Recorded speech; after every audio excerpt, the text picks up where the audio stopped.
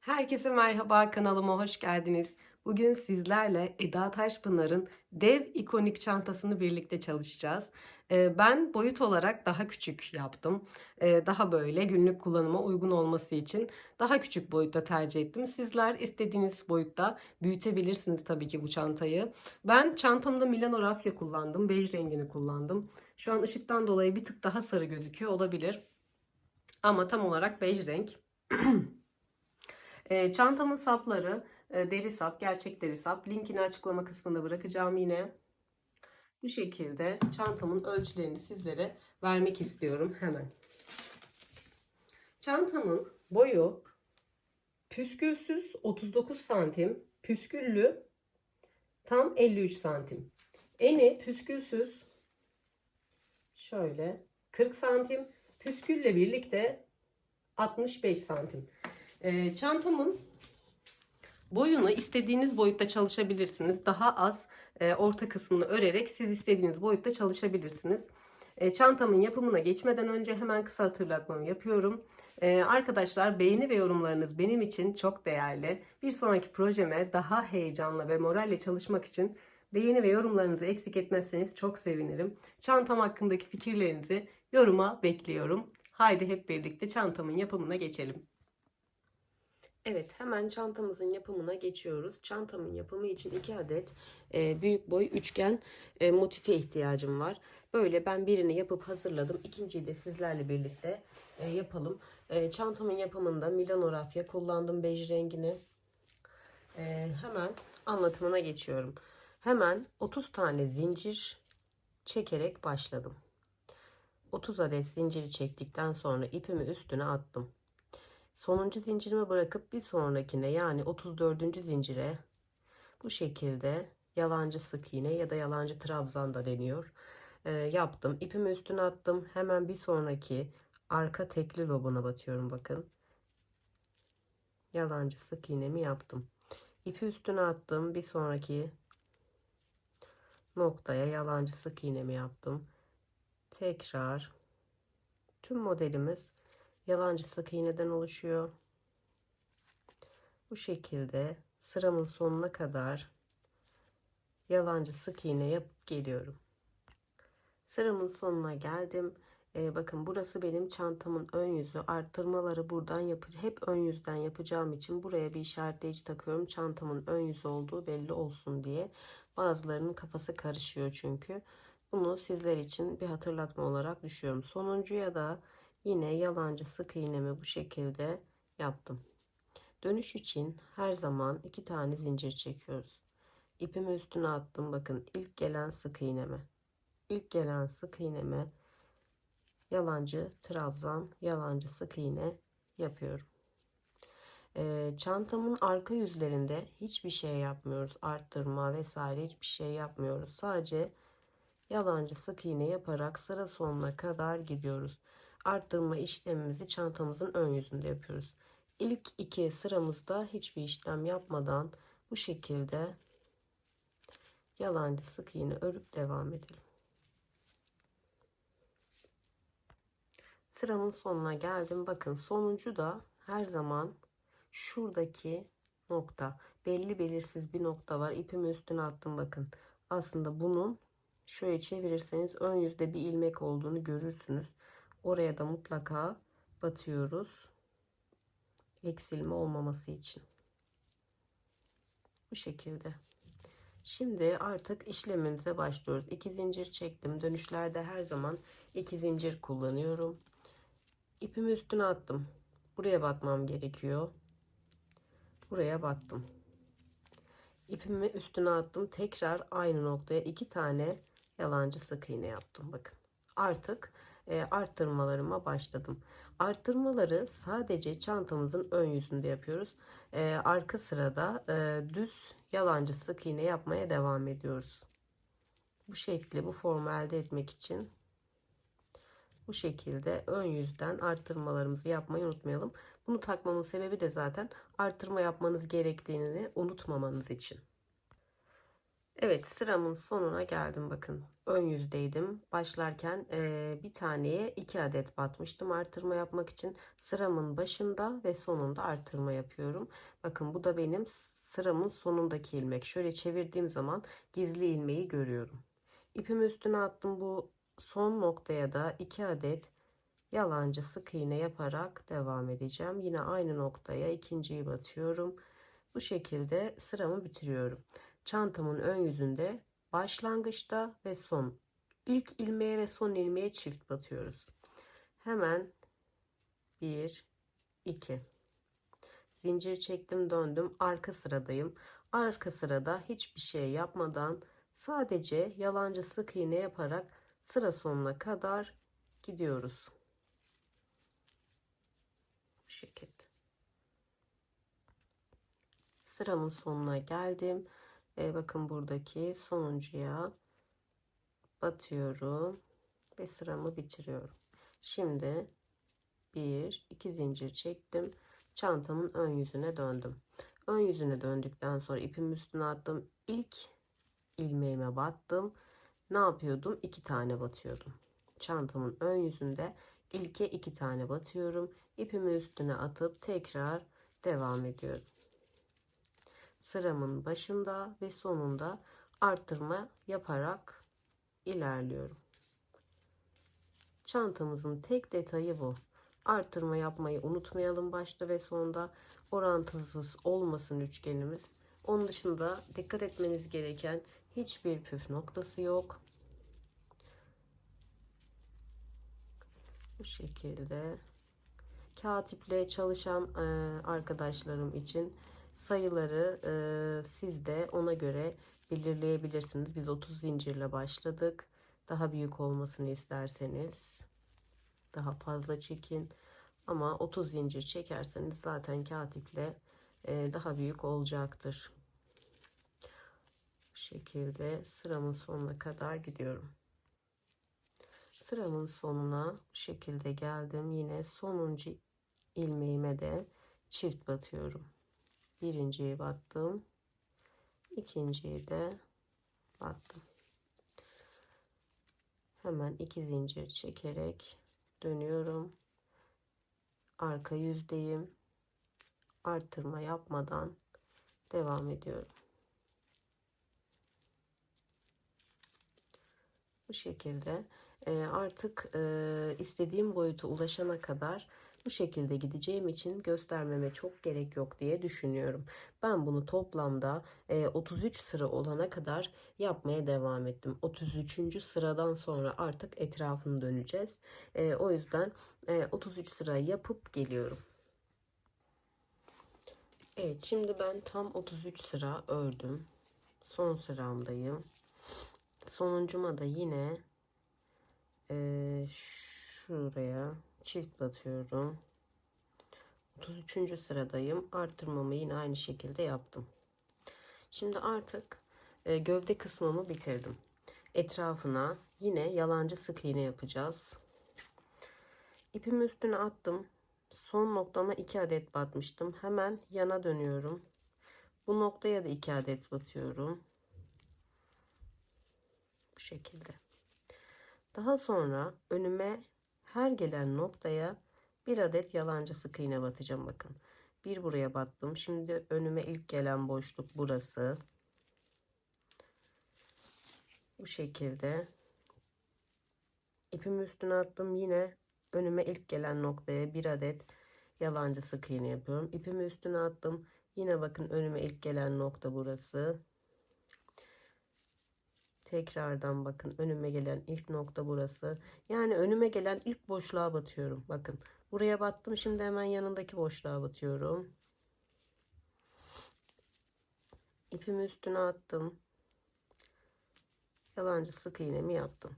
Bu şekilde çantamızın tüm etrafını dönüyoruz. Fakat tek fark var. Köşe noktalarına 3'er adet batıyoruz. Bakın, şu noktaya, şurası benim tam köşe noktam.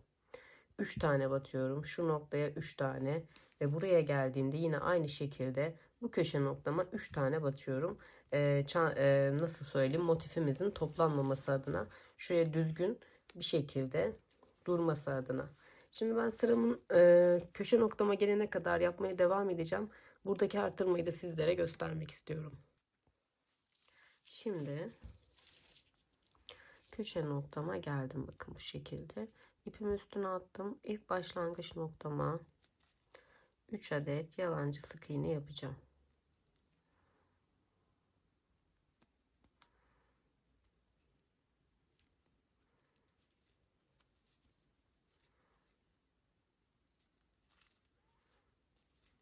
Bu işlemi tüm köşe noktalarında yapıyoruz. Şimdi normal birer adet batacağım. İpimi üstüne atıyorum. Bir sonrakine.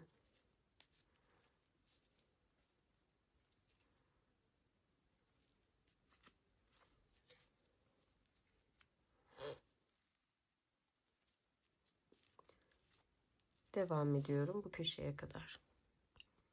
Evet, şimdi sıranın sonuna geldim. İpimi üstüne atıyorum. Bakın. Tam köşe noktamdayım. Buraya 3 adet yalancı sık iğne yapıyorum. Ve hemen önüme gelen ilk boşluğa batıyorum. Bu şekilde devam ediyorum. Bakın. Sırasıyla önümüze gelen tüm boşluklara birer adet batıyoruz. Bakın şurada bir tane boşluğum var. Bir tane de bakın şurada var. Bu şekilde köşe noktama kadar yapıyorum. Sıramın sonuna geldim ve köşe noktamdayım. İpimi üstüne attım. Buraya 3 adet yalancı sık iğne yapacağım. Şöyle ikisini şuraya yaptım. Burada çok açıklık kalsın istemiyorum. Şuraya da 2 batacağım. Toplamda eşit arttırmam aynı olmuş olacak. Çok açıklık kalsın istemediğim için böyle bir şey yaptım. Fark etmeyecek ama zaten yine aynı eşitlikte olacak. Şimdi bu şekilde yaptım ben. Çantamın motifimin etrafını toplamda 4 tur gideceğim. Ben bunu 3 tur gitmiştim. O yüzden buna da bir tur daha gideceğim. 4 tur, yani istediğim büyüklükte olmadı. Bir tur daha giderek bir tık daha büyüteceğim ben motifimi. Yani toplamda 4 tur gidip geliyorum. Ama şu arttırma noktalarını size tekrar söyleyeyim. Köşeye geldik. Arttırmamızı nerede yaptık? Şu noktada yaptıysak tam ortadakine batıyoruz. Yine buraya 3 batıyoruz. Arttırmamı burada yapmışım. Bir noktaya videom kesildiği için anlatamadım. Şimdi burada 3 tane arttırma yaptık. Ortadaki üçüncüye tekrar 3 tane arttırma yaparak devam edeceğiz. Yine bu köşede yaptığımız 3 arttırmanın tam ortadakine 3 adet daha yapıyoruz. Yine aynı şekilde şu köşeye 3 arttırma yaparak sürekli aynı şekilde aynı yaptırdığımız arttırmanın üzerinden 4 tur olacak şekilde gidip geliyorum. Evet, şimdi bir parçamı bitirdim tamamen tüm detaylarını. Bunun da sonuna geldim. Sizlere son olarak ne yaptığımı göstermek istiyorum. Biliyorsunuz köşeye dönmeye buradan başlamıştık. Burada bitiriyoruz. Hemen şöyle ipim altta kalmış. Şunu alıyorum. Burada normal arttırmamı yaptım. Aynı noktaya 3 tane battım. Şimdi bir tane de şuraya normal yalancı sık iğnemi yaptım. Buraya bir tane normal sık iğne. Bu şekilde. Bakın. Bitişimiz aynı hizada olmuş oluyor bu sayede. Normal sık iğneden sonra ipimi burada kesiyorum ve çıkartıyorum ilmeğimi.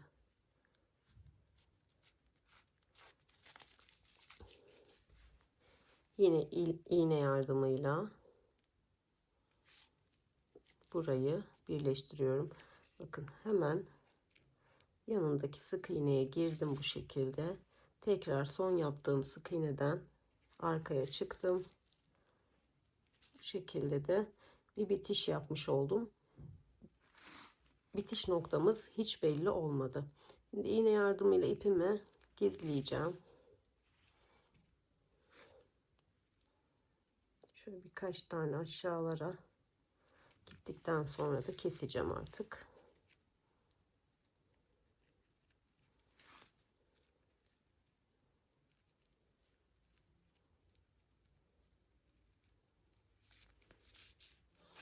Şimdi artık ipimi kesiyorum burada. Şöyle.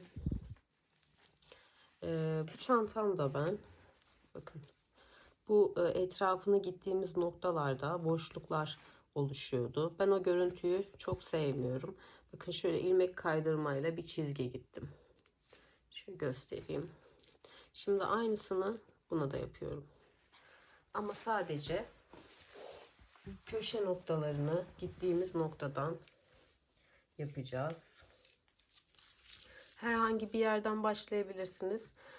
Bunu çok önemli değil. Tığımı bakın şu 1 2 3 4 sıra gitmiştim. İlk başlangıç sıram bakın şuradaki boşlukları kapatmak istiyorum ben. Hemen ilk herhangi bir noktadan girdim. Köşe gittiğim noktaların aynı battığım noktalara batacağım yine. İpimi alttan aldım. Öne bu şekilde. Şurada ipime bir düğüm atacağım. Çok sıkmamak şartıyla. Sadece buradaki açılmayı önlemek için bakın çok sıkmadım. Şu istediğim şeye gelene kadar sıkmam yeterli olacaktır. Evet şimdi tamam. Şimdi her battığım noktaya yani köşe giderken her battığım noktaya alttan aldım ipimi önden ilmeğimi kaydırdım bu şekilde. Bakın her önüme gelen noktaya batıyorum. İlmeğimi bu şekilde kaydırıyorum. Yani bir önceki yerlerde battığımız yerlerin aynısına batıyoruz. Köşe dönerken battığımız noktaların her birine tek tek batıyoruz. Zaten batacağımız yerler belli. Bu şekilde çantamın tüm köşe noktalarına ilmek kaydırma yapıyorum.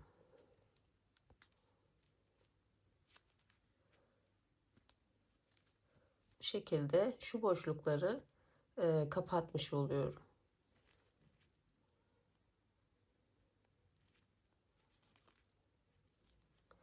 Böyle şu köşe noktasına kadar yapıp geliyorum. Burada dönüşü göstereyim sizlere. Evet şimdi köşe noktama geldim. Her köşede 1 2 3 4 gittim. Burada da 1 2 3 4 sıra. Burada da 1 2 3 4 sıra oluyor. Burada 3 sıra oluyor. Çünkü biz köşe giderken buradan başlayıp buradan bitirdiğimiz için burada 3 sıra örmüş olduk aslında. O yüzden bunu dikkate alın. Ben işaretleyici takmıştım. Kafa karışıklığı olmasın diye. Hemen battığım noktalara tekrar batmaya devam ediyorum. Bu şekilde. Sayıyorum 1 2 3 sıra gittiğim için o zaman buraya kadar yapmam gerekiyor. Şu noktaya da gireceğim. Evet, oradan sonra da artık dönüyorum.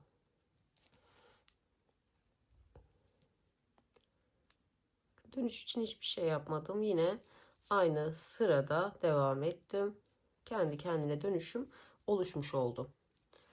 Böyle bakın 1 2 3 diğer kısımlar 4'tü. Burayı burada bitirdiğimiz için 3 kaldı burası. Eşit kalması için. Şimdi bunu da bu köşe noktasına kadar yapıp tekrar şuradan döneceğim. Tekrar başlangıç noktama kadar döneceğim. Burada da 4 yapmıştık. Yani dördüncünün dibinden batarak geleceğiz. Bakın bu şekilde güzel bir kapanış olacak bu da. O boşlukları doldurmuş olacağız. Bunu bitirip hemen püskül aşamasına geçiyorum. Kafanız karışmasın diye bu köşenin de dönüşünü göstermek istiyorum. Zaten batacağımız yerler belli olduğu için çok bir şeyi yok bunun. Şuraya battım. Bakın dönerken. Şuraya batıyorum. 1, 2, 3, 4. Dördüncünün dibinden devam ediyorum artık. Bu şekilde bakın döndüm. Devam ediyorum. Diğer köşeme kadar. Şimdi bitiş noktamdayım. Bakın. Burada bitti artık. Yine son olarak ilk battığım noktaya batmak istiyorum. Buradan ilmeğimi kaydırdım ve artık makasımla ipimi kestim. İlmeğimden çıkartıyorum ipimi. Yine burada iğne yardımıyla ipimi arkaya alıp gizleyeceğim. Şöyle.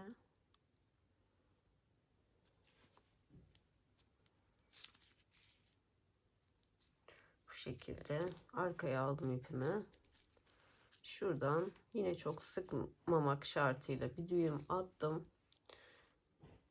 İkisini birden yürütüyorum.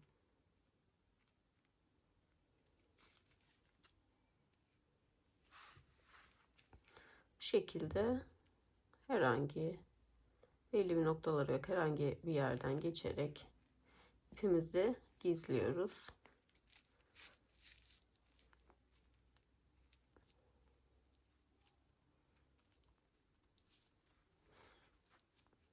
Bu şekilde geçtikten sonra da kesiyorum. Çok yürütmeye gerek yok. Bağladım zaten. Bakın belli olmadı. Şimdi bu aşamada aslında ütülemeye çok gerek yok. Çok düzgün oldu ama ben yine de bir buharla ütüleyeceğim ama direkt ütüyle temas ettirmeyin rafyalarınızı. Deforme olabilir. Ben üzerine bir örtü örtüp buharla ütülüyorum. Ütüleyip hemen geliyorum. Evet, ütüledim ben parçaları. Hemen ters yönler içte kalacak şekilde böyle birleştirdim. Şimdi şöyle ütülerken biraz açılar değişmiş. Şöyle şimdi bunları birleştireceğiz. Her üç noktasını. Sadece ağız kısmı açık kalacak. Birleştirmeye geçiyoruz. Şimdi birleştirmede bakın tam köşe noktalarını tığdan geçirdim. 2 lobunu birden. Birleştirmede normal sık iğne gideceğiz. Bu şekilde aldım. Bir zincirimi çektim. Böyle karşılık gelen noktalara batıyorum. Sadece sık iğne yapacağım. Şu ipimi yürütmeme gerek yok. İğne ile içeriye alırım ben onu. Bu şekilde birleştirmemi yapıyorum. Bunu sık iğne yapmamın sebebi de şu. Buraya şey gelecek, püskül gelecek. O yüzden sık iğneden daha kolay devam ederiz düşüncesiyle buraya sık iğne yapıyorum. Çantamızın 3 köşesini de buraya kadar aynı şekilde sık iğne yaparak devam ediyoruz. Evet, birleştirmemi yaptım. Artık çantam formuna kavuştu diyebilirim. Bu şekilde. Şimdi burada ipimi koparmıyorum. Bakın son noktadayım. Artık burada çantamın ağız kısmına son bir adet diyorum. Son bir işlem yapıyoruz. Bakın normalde bu yöne gitmem gerekirken ters sık iğne yapıyoruz arkadaşlar. Önüme gelen her sık iğneye bir adet tersten giderek sık iğne yapıyorum.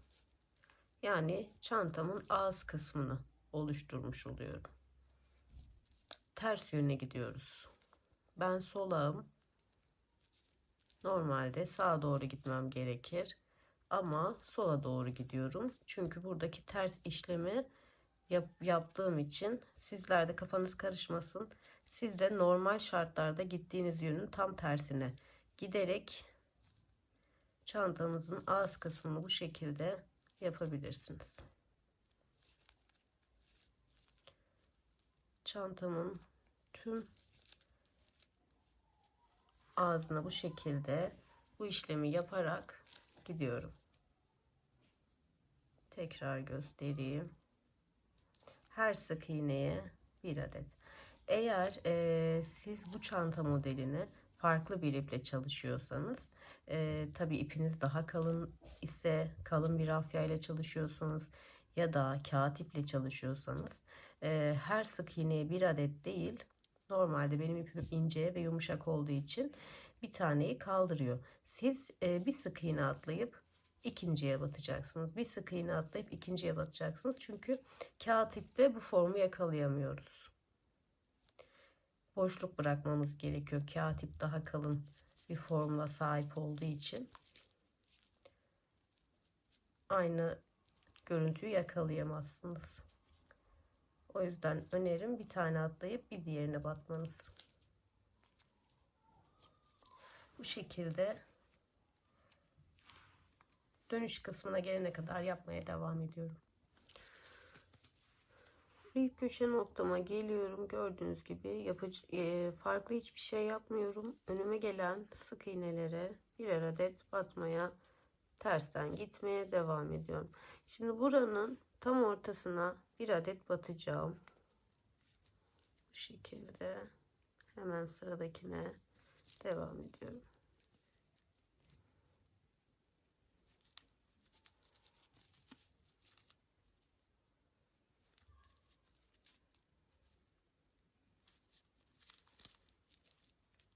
Sıramın sonuna kadar bu şekilde çantamın ağzında kusursuz bir şekilde bitirip geliyorum. Şimdi çantamın ağız kısmını bitirip iğne yardımıyla birleştirip diktim. Sırada püskül yapımı var. Şöyle sizlere göstereyim. Ben 35 santim uzunluğunda iplerimi kestim. 2 kat yapıyorum ipimi. Sizler isterseniz tek katta yapabilirsiniz. 3 katta yapabilirsiniz. Tamamen sizin zevkinize kalmış. Püskülün yoğunluğunu ne kadar isterseniz, ne kadar seviyorsanız öyle yapabilirsiniz. Şimdi her bir sık iğneye bir adet yapıyoruz. En son burada kalmışım. İpimi geçirdim tığıma.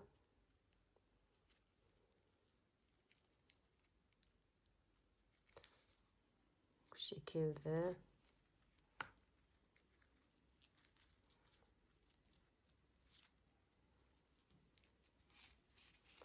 Ve sıkıştırıyorum.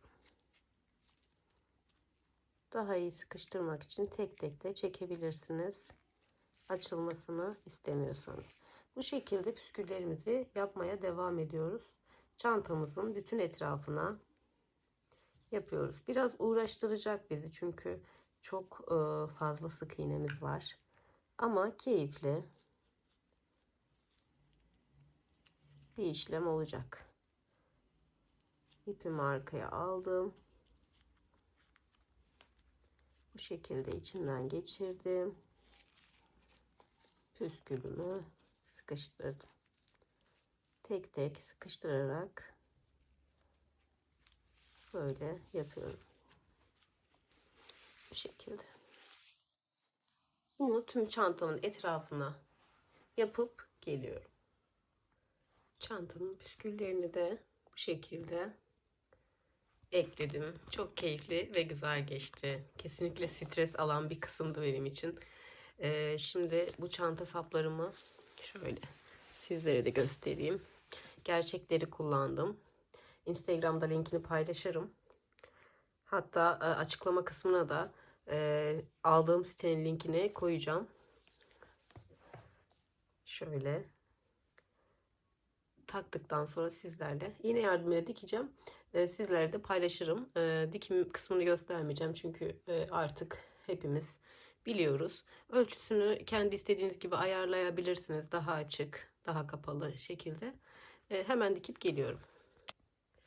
Evet, çantamın sapını da bu şekilde diktim. Bakın sapı ayrıca bir hava kattı. Sizler istediğiniz rengi kullanabilirsiniz. Çok, her renk çok yakışıyor. Siyah bile bu renge çok yakışıyor. Gerçekleri kullandım dediğim gibi. Ve böylece bir çantamızın yapımının daha sonuna gelmiş olduk. Destekleriniz için hepinize çok teşekkür ederim. Sizin destekleriniz bana moral ve motivasyon oluyor. Bir sonraki proje için daha çok güç veriyor. O yüzden çantam hakkındaki fikirlerinizi yorum kısmında belirtirseniz çok sevinirim. Beğeni yapmayı unutmayın, abone olmayı unutmayın.